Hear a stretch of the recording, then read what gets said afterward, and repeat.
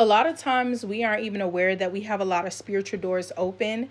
And hi, my name is Zykira, and I want to give you guys a little bit of my testimony about how I came from New Age back to Jesus. So I was born Christian. When I was 19, I met my children's father. We got into a serious relationship, and my children's father, he practiced Santeria. He prayed to this candle all the time, which was called the Holy Death. And he had an altar. He created an altar in our bathroom where we lived together. And I experienced sleep paralysis in our home. I would see a spider. Every time I'd be woken up out of my sleep, I would see a spider. And I thought the spider was real. I brought so many supplies and like I sprayed peppermint all over the home and stuff, thinking I was going to get the spider to come out from hiding so I could kill it. And then one night I saw the spider just disappear in mid, like out of nowhere. Like I seen it appear on the wall and it disappeared out of nowhere.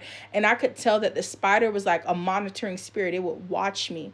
Also, in the home that we lived together, it's like I could tell that there was an evil presence in there, to the point where I would stay up. I wouldn't want to be in the house alone. I would go to sleep in the car. When my children's father, when he went to work, when my ex went to work, I would go sleep in the car because I didn't want to be alone. And I remember also having bad stomach problems. Like everything that I ate, it like my stomach was inflamed. I remember falling asleep in the living room one night. One day, because it was in like the afternoon, and I heard like a spirit call my name. So a spirit actually called my name, and I seen a sign appear out of midair, like an exit sign telling me that I needed to leave. I ended up staying with my children's father, of course, because later on in my story, we did end up having kids. But after we left this particular apartment that we stayed in, where I was experiencing all that spiritual warfare, we moved into a house, and come to find out that he had a relationship with another woman who lived in Mexico, who he never told me about. And so long story short, come to find out about her, and I ended up leaving him. I left him when I was 8 months pregnant with our second son. The woman, she's a witch, and she would try to do witchcraft and stuff on me. She even tried to do a beauty spell on me, but it backfired, and I literally seen pimples all over her face. And I knew that when I seen that, that's what she was trying to do to me. I ended up getting heavily into tarot, because I used to watch tarot when I was younger, and I used to like astrology, until I realized that it's all demonic. I got heavily into tarot because my ex, he would lie so much. He wouldn't tell me the truth, and I wanted to know what he was doing behind my back. So I started watching tarot more even heavily. And I watched this one tarot reading, and this woman was on point with everything I was going through. She was like, you might even be a tarot reader. It might be even something that you should do. And after I came into agreement with that video, a spirit came to me at night. It was around like 4 o'clock in the morning. I was woken up out of my sleep by a spirit whispering the name tarot in my ear. And I seen like 444 on the clock. And so I thought that this was my calling, what I needed to pursue, to be a tarot reader. And so I started pursuing that. I brought me a deck. I started reading for people. My readings were accurate, everything. And I carried on doing that. And I remember being going to Five and Below, and a spirit pulling me, like a spirit actually pushed me, a physical push, because spirits can do things. Just like the spirit woke me up out of my sleep, I really felt the spirit like lift my head up and woke me out of my sleep. Well, when I was in the store, a spirit pushed me into the occult section and Five and Below. It was a very popular time when they had like sage and tarot books and cards and Five and Below. And so that spirit was basically leading me away from God. And I thought it was God at the time, because I remember thinking that I was doing the will of God, but I was being deceived by demons.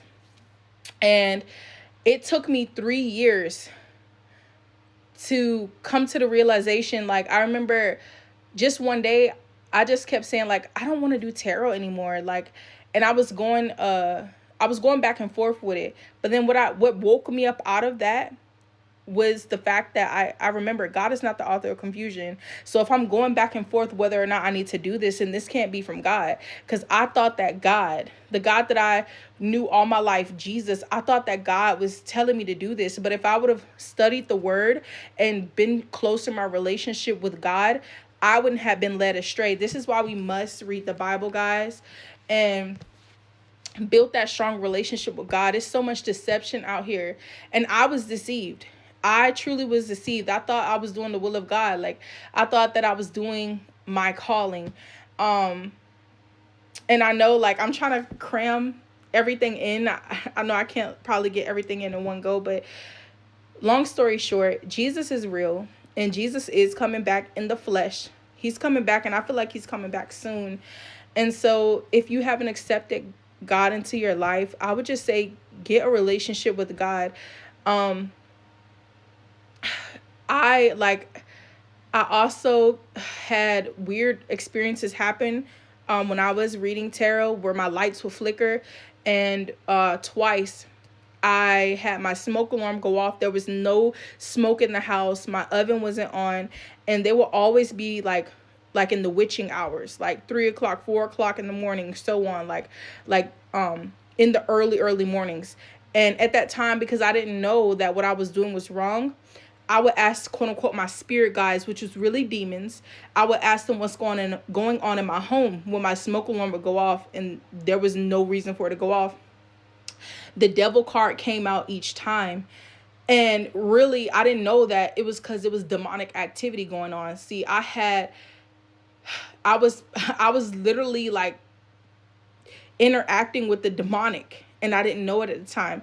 And after I spoke with my friend and we prayed over my home and I renounced all those things, I had a dream that a demon was around my home, and it was angry because it couldn't get inside. It wanted to get inside my house. You know, our house, or the demon's dwelling spot, is our body, our temple. When we prayed, I feel like that was the Lord letting me see that he protected me, because that demon was outside my home and it was angry because it couldn't get back in. But towards the end of the dream, my mom and my sister was there in the dream, and my mom opened the door, and I'm like, hey, look, come in, but hurry up quick. I don't want that thing to get in here. But my mom like held the door open to allow that demonic thing to get in. And so I took that as like a familiar spirit, because, you know, demons can take on the form of familiar spirits. But so with all that being said, like, it's just important to walk close with God and trust in God, because Jesus is real. And I'm just so grateful that God allowed me to know the truth, because we sometimes put ourselves in some very crazy situations.